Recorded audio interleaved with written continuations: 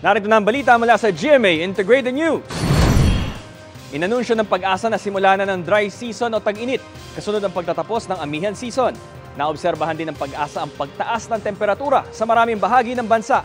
Pero maaari pa rin naman daw makaranas ng pag-ulan dulot ng local thunderstorm. Abiso sa publiko at mga ahensya ng gobyerno gumawa ng mga hakbang para maibsan ang heat stress at iba pang sakit na may kaugnayan sa mainit na panahon. Narito naman na iba pa ang balita ang binabantayan ng GMA Integrated News. Ilang barangay sa Malate, Maynila nawalan ng tubig dahil sa nasirang tubo. 17 local vessels na sangkot umano sa dredging activity sa Zambales hindi pinalayag ng PCG dahil sa ilang violations. At sa 24 oras, ang latest sa pagkakaaresto kay dating Congressman Arnolfo Teves Jr.